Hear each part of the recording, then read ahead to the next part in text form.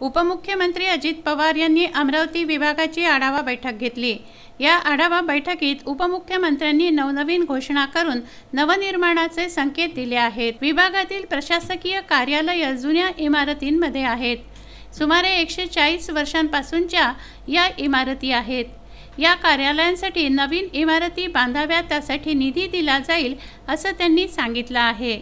सिडको ही nodal agency तिथं नेमलेली आहे, त्यांनी प्लॅन करत आणलेला आहे। सिडकोला काय आम्ही मुंबईमध्ये देखील बोलू शकतो। मध्ये मी मुंबईच्या म्हणजे नव्या मुंबईच्या सिडकोला बोलून तशा पद्धतीनं त्यांचा आढावा घेतला। तसं आपलं सिडकोचं काम इथंही चिखलदऱ्याला चाललंय, आपलं औरंगाबादला पण चालतं।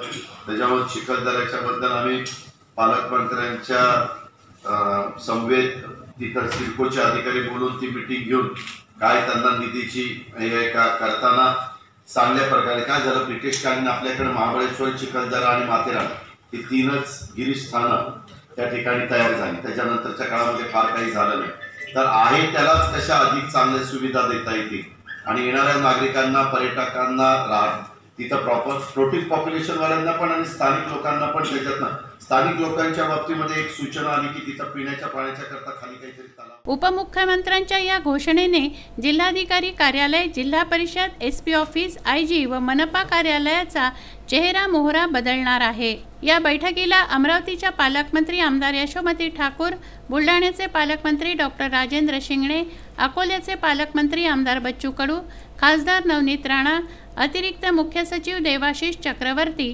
विभागीय आयुक्त पियुष सिंह यांच्यासह वरिष्ठ अधिकारी उपस्थित होते। अमरावतीच्या बेलोरा विमानतळाचं काम अतिशय धीम्या गतीने सुरू आहे। हा मुद्दा आमदारांनी मांडला असता त्यासाठी किती निधीची आवश्यकता आहे याची माहिती घेऊन त्याचे अहवाल सादर करण्याचे निर्देश उपमुख्यमंत्री अजित पवार यांनी दिले। राज्याचं उत्पन्न कसं वाढेल याकडे लक्ष देण्याचं तसंच आवश्यक सेवा पदांची भरती करावी असेही निर्देश उपमुख्यमंत्र्यांनी दिले। पोलिसांना नवे वाहनं दिले जातील, त्यासाठी निधी दिला जाईल असं आश्वासन उपमुख्यमंत्री अजित पवार यांनी विभागीय आढावा बैठकीत दिलं। प्रदीप इंगोले, विदर्भ न्यूज, अमरावती।